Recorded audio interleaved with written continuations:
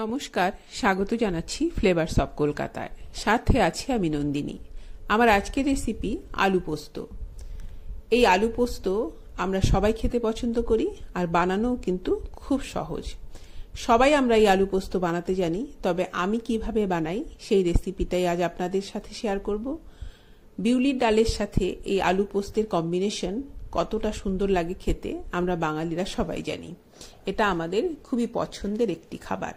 আপনারা দেখুন, আমার রেসিপি ও উপস্থাপনা যদি আপনাদের ভালো লাগে তাহলে আমার চ্যানেলটিকে সাবস্ক্রাইব করে বেল বাটনে প্রেস করে আমার পাশেই থাকার অনুরোধ করব আপনাদের। আমার আজকের রেসিপি আলু পোস্ত। এখানে আমি একটা বাটিতে কিছুটা পরিমাণ পোস্ত নিয়ে নিলাম। এই ধরুন 2 টেবিল চামচ পরিমাণ, কয়েকটা কাজু বাদাম 5 থেকে 6টা, আর স্বাদ মতো কয়েকটা কাঁচা লঙ্কা।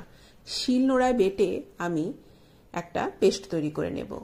এটা কিন্তু আমি শিলনোড়ায় বেটেছি, মিক্সিতে করিনি।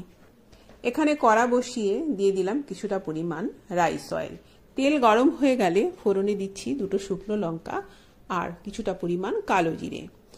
ফোড়নটাকে গরম তেলে সুন্দর করে ভেজে নিয়ে দিয়ে দিচ্ছি ছোট ছোট টুকরো করে কাটা আলু।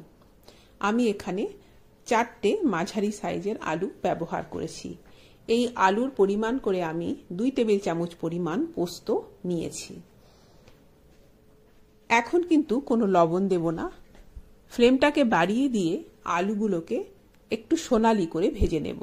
আলু পোস্ত বানাতে গেলে আলু যদি সুন্দর করে ভেজে নেওয়া যায় তাহলে কিন্তু আলু পোস্তটা খেতে অনেক বেশি ভালো হয়।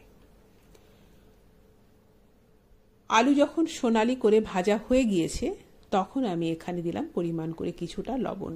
নেড়ে চেড়ে মিশিয়ে নিয়ে আমি এখানে দিয়ে দেব পোস্ত বাটা। পোস্ত, কাজু বাদাম আর কাঁচা লঙ্কা একসাথে বেটে নিয়েছি। যখনই আপনারা আলু পোস্ত রান্না করবেন পোস্তর সাথে কয়েকটা কাজু বাদাম ব্যবহার করে দেখবেন, তার স্বাদটাই অন্যরকম হয়ে যায়, খুবই সুন্দর হয় খেতে। কালারটা অ্যাডজাস্ট করার জন্য আমি 1/4 টিস্পুন পরিমাণ কাশ্মীরি লঙ্কার গুঁড়ো দিলাম। কোনো হলুদ গুঁড়ো কিন্তু ব্যবহার করব না আমি এই পোস্ত বানাতে। আপনারা যদি সাদা চান, আলু পোস্তের কালারটা যদি সাদা চান, তাহলে এই লঙ্কার গুঁড়োটা ব্যবহার করতে হবে না। কয়েকটা কাঁচা লঙ্কা দিয়ে দিলাম। আবারও কিছুক্ষণ নেড়েচেড়ে ভেজে নেব। পোস্তটাকে আলুর সাথে একটুক্ষণ নেড়েচেড়ে ভেজে নিতে হবে। এবার দিয়ে দেব গরম জল।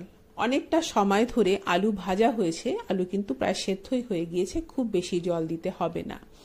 নেড়েচেড়ে মিশিয়ে নিয়ে 2 থেকে 3 মিনিটের জন্য ঢাকা দিয়ে দেব।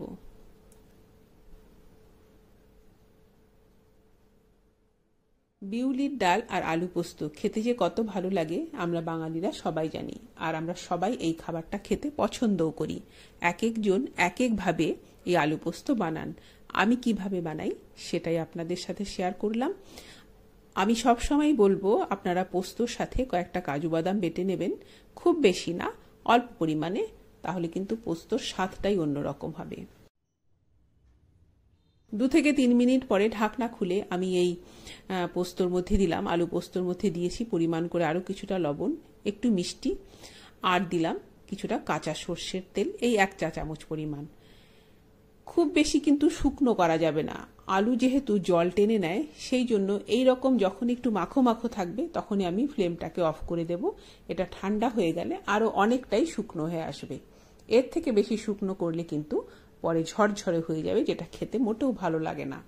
ঠান্ডা হয়ে গেলে আমি আপনাদের একটা ডিশে নিয়ে দেখাচ্ছি এটা কেমন হয়েছে। এই রকম যদি একটু মাখো মাখো থাকে তাহলে কিন্তু আলু পোস্তটা খেতে ভালো লাগে। আমার তো এইভাবেই ভালো লাগে। তৈরি হয়ে গেল আলু পোস্ত। আশা করছি আমার আজকের এই রেসিপি আপনাদের ভালো লেগেছে। ভালো লাগলে আমার পাশেই থাকার অনুরোধ করব আপনাদের। আজ এই পর্যন্তই, ধন্যবাদ।